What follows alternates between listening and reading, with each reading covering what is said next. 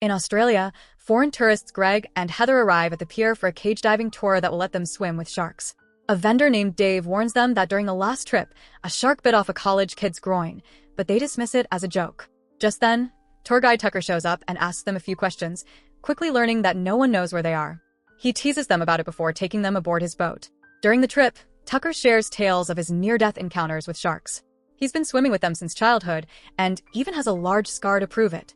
When they reach the dive spot, Tucker tosses chum into the water to attract the predators. Heather grows nervous and jumps when a fin slices through the surface, deciding she doesn't want to do this after all. Tucker tries to calm her with a meditation exercise, then suddenly starts singing the baby shark song. Greg and Heather get into the cage, and Tucker lowers them into the water. Sharks swarm around them, their teeth gleaming. Heather panics at the sight, but Greg comforts her, and together they admire the beauty of the massive creatures. Moments later, they're back on the boat. Without warning, Tucker pulls out a knife and stabs Greg. He throws Greg's body into the ocean while Heather screams in horror. The next day, American surfer Zephyr is enjoying the waves at the beach. Later, at a grocery store, she overhears Moses asking the cashier for jumper cables, but they're out of stock. He turns to Zephyr for help, but she pretends she doesn't have any. After paying for her cheap Slurpee, Zephyr walks out, revealing she's hidden a tub of ice cream inside the cup to steal it. Outside, Moses catches her and threatens to tell the cashier unless she gives him a ride. Annoyed, she agrees. On the drive, Moses talks nonstop, irritating her until she shuts him up. When they reach his car, she notices he has surfboards and the two bond over their love of surfing. She realizes he's not so bad after all, and Moses admits he wouldn't have told the cashier about her theft anyway. Using her van, they jumpstart his car. The radio comes on, and they discover they like the same music.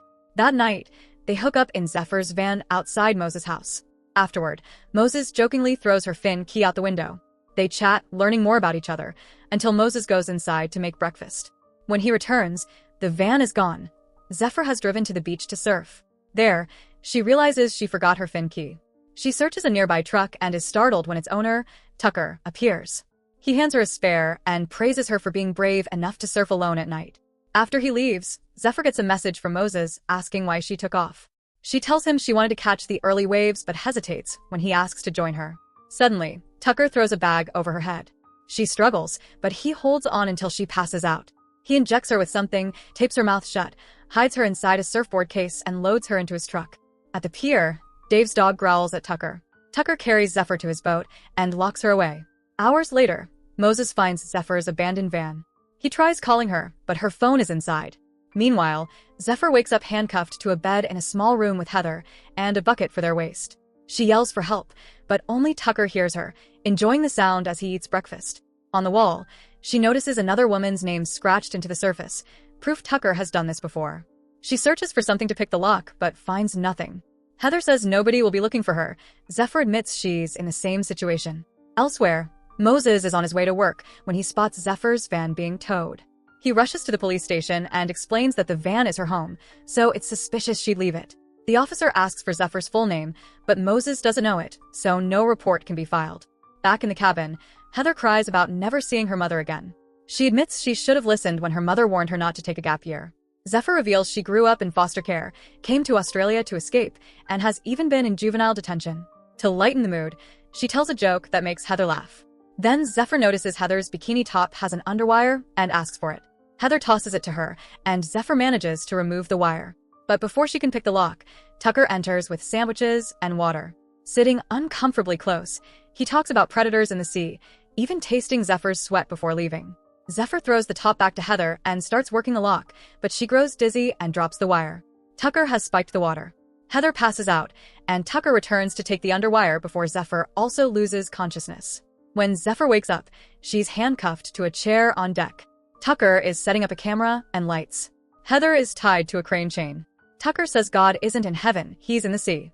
He recalls watching Zephyr surf and thinking she looked alive and spiritual. He cuts a lock of Heather's hair, wakes her, and begins talking about the beauty of sharks while dismissing myths about them. Then, he lowers Heather toward the water, leaving half her body above the surface so he can film her terrified face as sharks arrive. In seconds, the sharks devour her. Zephyr screams in horror as Tucker calls it the best show on earth. Back in the room, Zephyr carves both her and Heather's names into the wall, then notices a patch of fresh paint. Scraping it away reveals dozens of other names hidden beneath. Meanwhile, Tucker drinks and dances in the dining room, riding the high of his kill. He stores the recording in a box with Heather's hair, placing it in a cupboard filled with tapes from his past victims. He writes Zephyr's name on a fresh tape. The next day, Moses tries to surf but can't stop worrying about Zephyr. Spotting a broken surfboard near the rocks, he wonders if she's been in an accident. On the boat, Tucker brings Zephyr breakfast. She kicks the tray and hurls insults.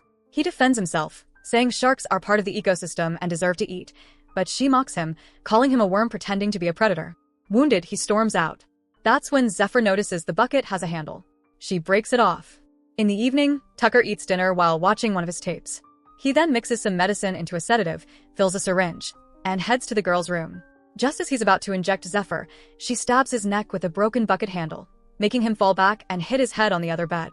Seizing the chance, she grabs his keys to finally free herself. Unfortunately, Tucker regains consciousness and lunges at her, rushing down the stairs, but Tucker grabs her leg and injects her. Kicking him away, she hurries to the control room and tries the radio for help, but no one responds. Spotting a nearby cruise ship, she rushes to the deck and screams for help, yet the cruise's music is too loud for anyone to hear. Tucker suddenly appears with a knife. Zephyr grabs his camera and throws it into the ocean, distracting him long enough to jump into the water herself. She swims desperately, but the sedative kicks in, and she loses consciousness. Tucker fishes her out. The next day, the police finally start searching for Zephyr. Watching the search at sea, Moses gets an idea. He opens an app called WaveWatch, which shows live beach footage for surfers. Rewinding to the night of the incident, he spots a truck towing Zephyr's van. Zooming in reveals a logo, Tucker Experience. He looks it up online. Meanwhile, Tucker docks at the pier to get supplies. Zephyr wakes in the room, her mouth taped shut again. Moses finds Tucker's business number and calls, but Tucker isn't there, so Moses leaves a message. At the supermarket, Tucker buys a new camera. On the way back, stuck in traffic, he spots a tourist who could be his next victim. Moses tracks the address to the pier. He bangs on the boat's door, and as he's about to leave, he hears a faint voice below. Smashing a window, he climbs in and searches until he finds Zephyr. Freeing her mouth, she tells him to call the cops and find something to pick the cuffs. Moses runs upstairs, calling 911, but Tucker ambushes him. They fight, but Tucker overpowers him, knocks the phone away, and stabs him with a hook. As Tucker moves to finish him, Moses swings a bag into his face and starts choking him with the hook. Suddenly, Dave enters, thinking Moses is an intruder, and knocks him out. Dave follows Zephyr's voice, but is killed when Tucker stabs him in the head. Even the barking dog is scared off. Tucker locks Zephyr's room and sets course for an island called Hangman Shoals. Moses wakes handcuffed beside Zephyr. He asks why she left him before, and she lies it was because of the waves, but he sees through it, saying she fears commitment because she hates herself. He assures her he likes her as she is. The boat stops. Tucker knocks Moses out again. Zephyr is cuffed to a chair, begging Tucker for mercy. Tucker ignores her, moves the crane, and lowers Moses towards shark-infested waters. Zephyr offers herself instead, but Tucker mocks her and continues. Moses stays still, and the sharks lose interest, so Tucker hauls him back, stabs him repeatedly, and lowers him again, attracting sharks with his blood. A rescue helicopter appears, forcing Tucker to drag them back inside. Zephyr fears Moses will bleed out, so she dislocates her thumb to slip free, but Tucker interrupts, leaving food and telling her she's a shark like him. Desperate, Zephyr begins chewing through her thumb. That night, Tucker returns with a sedative, only to find her bed empty and her severed thumb on the pillow.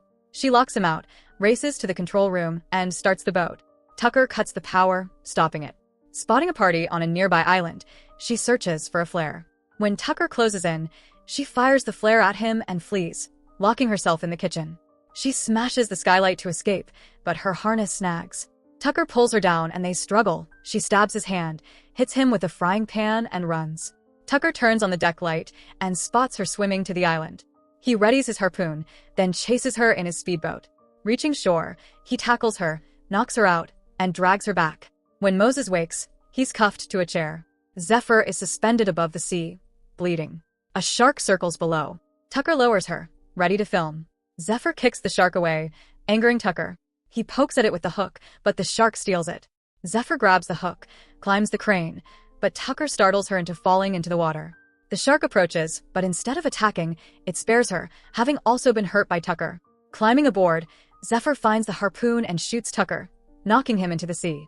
The huge shark leaps up, devouring him in revenge. The camera records it all. The harpoon rope drags Zephyr under, but she lets go and swims back. She fires another flare and shouts for help.